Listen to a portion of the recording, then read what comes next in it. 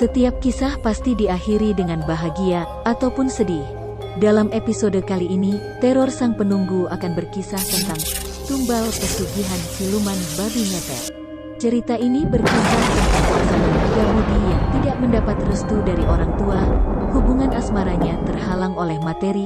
Sebut saja Rini, nama gadis yang tak direstui oleh calon ibu mertuanya itu.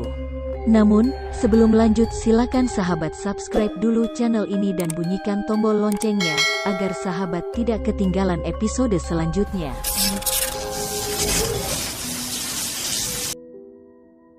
Rini, anak pertama dari 7 bersaudara ini, terlahir dari keluarga yang kurang mampu secara finansial, namun hatinya telah terpatri untuk seorang lelaki idamannya. Dia adalah Ari. Ari sebenarnya pria pendiam dan juga misterius. Badannya yang gendut dan ditumbuhi bulu. Ari juga tipikal pria pemalas. Dan lebih parahnya lagi, Ari bukan anak orang kaya, namun ibunya sangat matre dan ingin Ari memiliki istri anak orang kaya. Anehnya lagi, kenapa Rini sangat mencintai Ari, bahkan dia rela direndahkan oleh ibu mertuanya demi hidup bersama Ari. Disinilah awal mula permasalahannya. 3 tahun pernikahan Rini dan Ari, belum ada perubahan secara finansial. Sementara itu, cacian dari ibu mertua Ari semakin menjadi-jadi. Rini suka dibanding-bandingkan dengan perempuan lain yang hidupnya sudah berkecukupan. Rini juga wanita biasa, tentu ada naluri ingin kaya mereka, beli make up dan baju baru. Namun apalah daya, hanya mengandalkan suaminya yang pemalas itu. Bertambahnya hari, bulan, dan tahun, Rini pun geram dan ingin membungkam mulut ibu mertuanya itu dengan bukti bahwa ia juga bisa bikin rumah sendiri. Rini pun mencari cara agar dapat kerjaan yang gajinya gede, tapi buntu.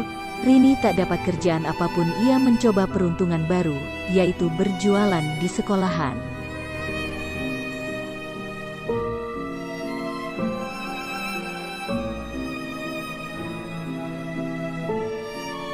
Setelah beberapa hari berjualan gorengan di sekolahan, Rini pun sudah mendapat untung dan uang itu bisa untuk mencukupi kebutuhan sehari-harinya. Tapi, Rini belum puas kalau belum bikin rumah dan membeli tanah agar bisa membungkam mulut ibu mertuanya itu. Saat belanja sayuran, Rini tak sengaja mendengar ibu-ibu yang ngobrolin tentang pesugihan babi, tapi tak mungkin ia terjerumus ke situ, apalagi ia sedang mengandung. Rini hanya bisa sabar menghadapi sikap ibu mertuanya. 12 tahun kemudian, dari pernikahan itu Rini mempunyai 2 anak laki-laki, dan ibu mertuanya tak pernah berhenti menindasnya. Selama pernikahannya itu ekonomi Rini tak kunjung membaik. Ia pun sudah tak tahan lagi menjalani kehidupannya. Ia bersama suaminya memutuskan untuk mengambil jalan pintas dalam meraih kesuksesan di dunia ini. Rini melakukan perjanjian gaib dengan bangsa siluman babi yang dipercaya warga sekitar bisa membuat orang yang hidup susah menjadi bergelimang harta. Dan, konon katanya tempat itu banyak sekali dikunjungi orang-orang dari luar daerah yang meminta pesugihan. Ditemani juru kunci tempat itu, Rini dan suaminya melakukan ritual untuk memanggil Raja Siluman Babi penunggu di tempat itu. Pada saat itu, Rini dan suaminya berhasil menemui Raja Siluman Babi yang dipercaya bisa merubah nasib itu. Raja Siluman Babi itu lantas bertanya, "Hai manusia, apa maksud dan tujuanmu datang ke tempat ini?" tanya si Raja Siluman Babi itu. Rini menjawab dan berkeluh kesah di hadapan Raja Siluman Babi itu bahwa ia ingin jadi orang kaya agar ibu mertuanya tidak merendahkannya lagi. Raja Siluman Babi itu tertawa seolah senang dengan kedatangan Rini. "Baiklah, kalian pulanglah ke rumah. Setelah 7 hari kalian datang lagi ke tempat ini membawa 2 ayam cemani jantan. Apakah kalian sanggup dengan persyaratannya?" pintah si Raja Siluman Babi itu. Rini dan suaminya menyanggupi persyaratannya. "Toh cuma ayam cemani," gumamnya dalam hati. Padahal 2 ayam cemani jantan itu hanya sebuah simbol yang sejatinya adalah 2 anak laki-laki mereka. 7 hari kemudian, Rini dan suaminya datang lagi ke tempat itu dan melakukan ritual pesugihan lagi. Tidak lama, Raja Siluman Babi itu datang lagi. Lalu, meminta suami dan Rini untuk memilih 1 ayam cemani jantan itu. Rini dan suaminya menunjuk ayam cemani jantan yang agak besar itu. Lalu Raja Siluman Babi itu berkata, "Sembelihlah ayam itu." Tanpa basa-basi suaminya dan Rini langsung menyembelih ayam itu. Raja siluman babi itu lantas memberikan kain hitam dan memberitahu kalau yang ia sembelih itu sebenarnya bukan hanya ayam cemani, tetapi anak laki-laki yang paling besar yang akan menjadi tumbal pesugihannya. Raja siluman babi itu tertawa, lalu menghilang. Sementara Rini dan suaminya terperangah ia tak percaya dibuatnya. Mereka juga tidak tahu kalau anaknya lah yang akan menjadi tumbal. Menurut cerita yang beredar, tumbalnya bisa ditawar atau diganti dengan orang lain. Namun Raja siluman babi itu tidak mau. Tumbal pertama harus dari kalangan keluarganya yang ia tunjuk, bisa anaknya atau kedua orang tuanya. Rini dan suaminya akhirnya berusaha menerima walaupun terasa berat. Sesampainya di rumah, Rini mencari anak pertamanya. Ia bertanya apa ada sesuatu saat ia meninggalkan rumah. "Tidak Bu, tidak ada apa-apa," jawab anak pertamanya itu. Rini bisa bernafas lega. Mungkin itu hanya gertakan Raja siluman babi saja untuk menakut-nakuti, gumamnya. Malam itu, Rini dan suaminya mulai berdiskusi untuk mulai menggasak harta tetangganya yang kaya. Lalu si suami memakai kain berwarna hitam pemberian juru kunci itu sambil membaca mantranya.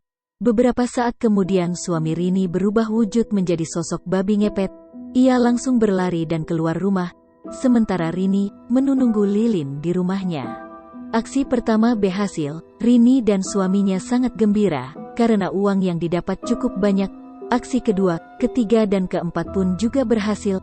Di samping itu, warga sekitar sudah mulai resah dengan isu yang beredar tentang kehilangan uang dan kemunculan sosok babi ngepet. Warga pun curiga dengan keluarga Rini yang cenderung menutup diri dan bisa membeli motor baru padahal suaminya tidak kerja dan Rini cuma berjualan gorengan di sekolahan SD. Setelah menikmati hasil dari pesugihan itu, tiba-tiba anak pertama Rini pun meninggal secara mendadak. Anak Rini tenggelam di sungai dangkal. Kematian anaknya menjadi sorotan warga dan keluarganya. Adik dan kakak Rini pun akhirnya memanggil orang pintar. Kedatangan orang pintar ke rumah duka itu mendapat penolakan dari Rini dan suaminya. Mungkin mereka takut jika orang pintar itu membongkar rahasianya yang melakukan pesugihan babi ngepet. Namun dari pihak keluarga tetap menyuruh orang pintar itu melihat keganjilan itu.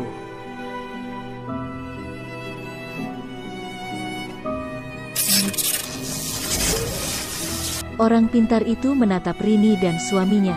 Orang pintar itu tahu kalau anak yang meninggal itu ulah ayah dan ibunya. Menurutnya, orang pintar itu melihat sukma si anak ditarik paksa dan dibawa oleh dua makhluk tinggi besar. Orang pintar itu meminta izin kepada keluarga yang berduka, terkhusus ayah dan ibunya. "Apakah anak ini mau hidup lagi atau gimana? Soalnya saya lihat anak ini masih memiliki kesempatan hidup sebelum terlambat," ujar si orang pintar itu. Rini dan suaminya meminta kepada si orang pintar untuk tidak aneh-aneh. Dia juga ikhlas dan berharap anak pertamanya tenang di alam sana, tutur Rini. Orang pintar itu tak bisa berbuat banyak. Namun ia yakin betul kalau orang tua si anak itu mengizinkannya mungkin anak itu akan kembali hidup. Melihat kejanggalan ini, pihak keluarga Rini mulai curiga. Jangan-jangan benar sangkahan warga sekitar tentang Rini yang melakukan perjanjian gaib atau sebutan lainnya nyupang. Sementara, di kampung itu jika di antara tetangganya ada yang meninggal pasti diadakan lelekan atau begadang di rumah duka.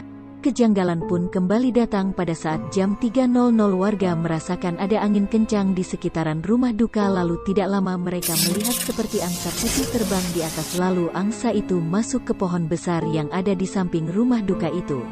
Melihat kejadian itu, malam kedua lelekan tidak ada warga yang berani begadang sampai malam, mereka hanya sampai jam 11 malam saja. Namun sebagian warga lain justru ini kesempatan mencari tahu lebih dalam tentang Rini. Apakah terbukti nyupang atau tidak?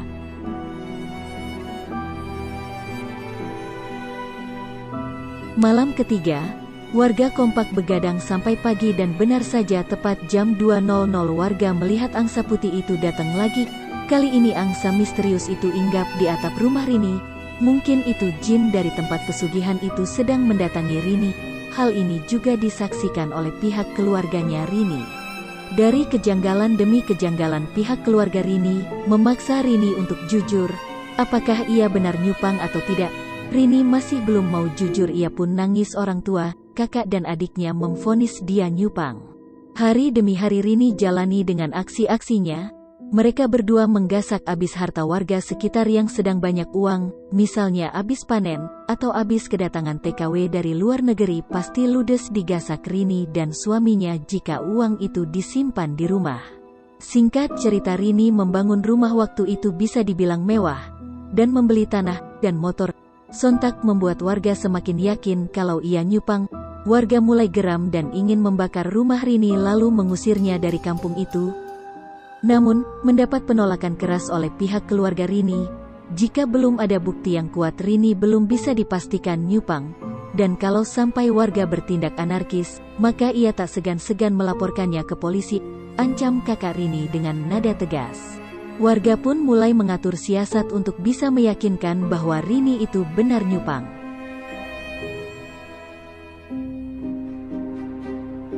Suatu malam, ada perempuan dari kampung itu yang habis pulang dari luar negeri. Tepat jam 2.00 ayah si TKW itu mendengar suara mirip seperti babi di pojok belakang rumahnya. Si ayah keluar dari pintu depan sambil membawa pentungan. Niatnya menyergap babi itu dari belakang. Ketika sampai pada belakang rumahnya, si ayah dari TKW itu melihat seekor babi sedang menggesek-gesekkan badannya ke pojok rumahnya. Ia pun perlahan mendekati babi itu, lalu dengan kuat ia memukul badan dan kaki babi itu. Babi itu lari kocar-kacir dengan kaki pincang. Si ayah TKW itu mengejarnya, namun kehilangan jejak, mungkin babi itu menghilang. Keesokan harinya, ayah TKW tadi menceritakan kejadian semalam ke tetangganya, dan ia mencari orang di sekitar kampung itu yang jalannya pincang. Ternyata benar, saat warga melewati rumah Rini, nampak suami Rini, badan dan betis sampai ke telapak kaki dibaluri beras kencur. Beras kencur itu konon bisa menyembuhkan anggota badan yang terkilir ataupun bekas pukulan dari benda tumpul. Cerita ini juga terdengar sampai ke keluarga si Rini. Namun meskipun keluarga Rini mencurigai Rini nyupang, tapi ia juga masih melindungi Rini dari tuduhan warga yang tanpa bukti kuat, atas dasar kasihan jika suatu hari Rini diamuk massa. Dari setiap kejadian, warga masih belum puas mendapatkan bukti yang kuat bahwa Rini itu benar nyupang. Di suatu malam, warga mulai mengatur rencana baru. Kali ini ia ingin menangkap basah suami Rini. Saat menjalankan aksinya, ditemani orang pintar, para pemuda juga ikut andil. Sekitar ada 15 orang yang mengepung rumah Rini. Mereka ingin tahu saat suami Rini memakai jubahnya. Menurut penuturan warga sekitar, orang yang melakukan pesugihan biasanya akan berganti baju atau memakai pakaian pemberian juru kunci di luar rumah. Namun tidak untuk pesugihan Rini. Suami Rini memakai pakaian di dalam rumahnya.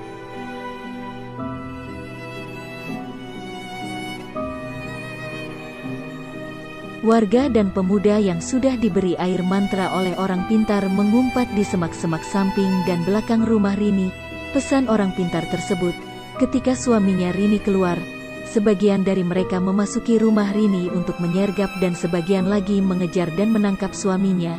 Usahakan lilin sebagai media menghilang suami Rini, jangan sampai mati, agar suami Rini tidak bisa menghilang.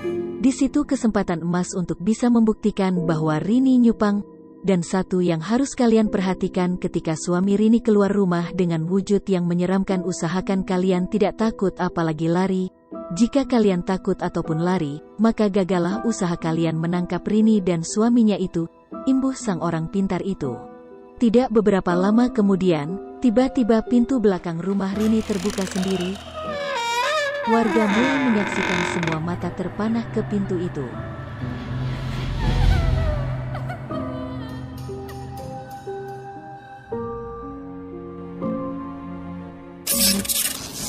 Ternyata pocong berwajah seram yang keluar dari rumah Rini. Pocong itu nengok kanan dan kiri tepat di pintu itu, tapi pocong itu tidak melihat kalau ada banyak warga yang mengawasinya di situ. Mungkin karena pengaruh air mantra oleh orang pintar tadi. Sebagian warga ada yang ketakutan, namun berusaha ia tahan. Saat pocong itu lompat-lompat tepat di dekat semak-semak tepat di samping warga yang sedang mengawasinya, sontak semua warga berhamburan lari tunggang langgang. Dan pocong itu menghilang. Warga pun tak bisa mengungkap Rini dengan fakta. Pocong dengan wajah seram itu, entah arwah anak pertamanya yang jadi tumbal atau memang suami Rini. Misteri ini pun mereka simpan dan sebagai penjagaan saja. Bila mana Rini memberi makanan dan minuman, mereka akan menolaknya. karena takut menjadi tumbal berikutnya. Warga juga sekarang tak ada yang berani menyimpan uang di rumah, mereka lebih memilih membuka tabungan di bank. Sementara itu, beberapa tahun Rini diasingkan warga sekitar, ia pun merasa tidak nyaman. Perlahan Rini mungkin telah meninggalkan praktek pesugihan itu, karena Rini sudah berterus terang dan mengakui bahwa ia dulu sempat nyupang dan sekarang ia sudah taubat. Rini menjalankan salat dan ketika bulan Ramadan ia pun ikut tarawih di masjid bersama ibu-ibu lain, dan tidak ada tumbal lagi selain anak pertamanya itu.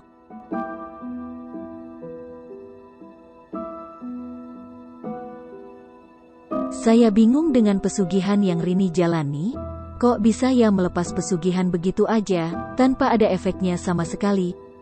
Bukankah pelaku pesugihan itu sangat anti ya sama salat dan mengucapkan asma Allah? Apalagi tak ada tumbal lagi selain anak pertamanya. Ini namanya pesugihan apa sih? Jika kalian tahu silakan tulis di kolom komentar ya.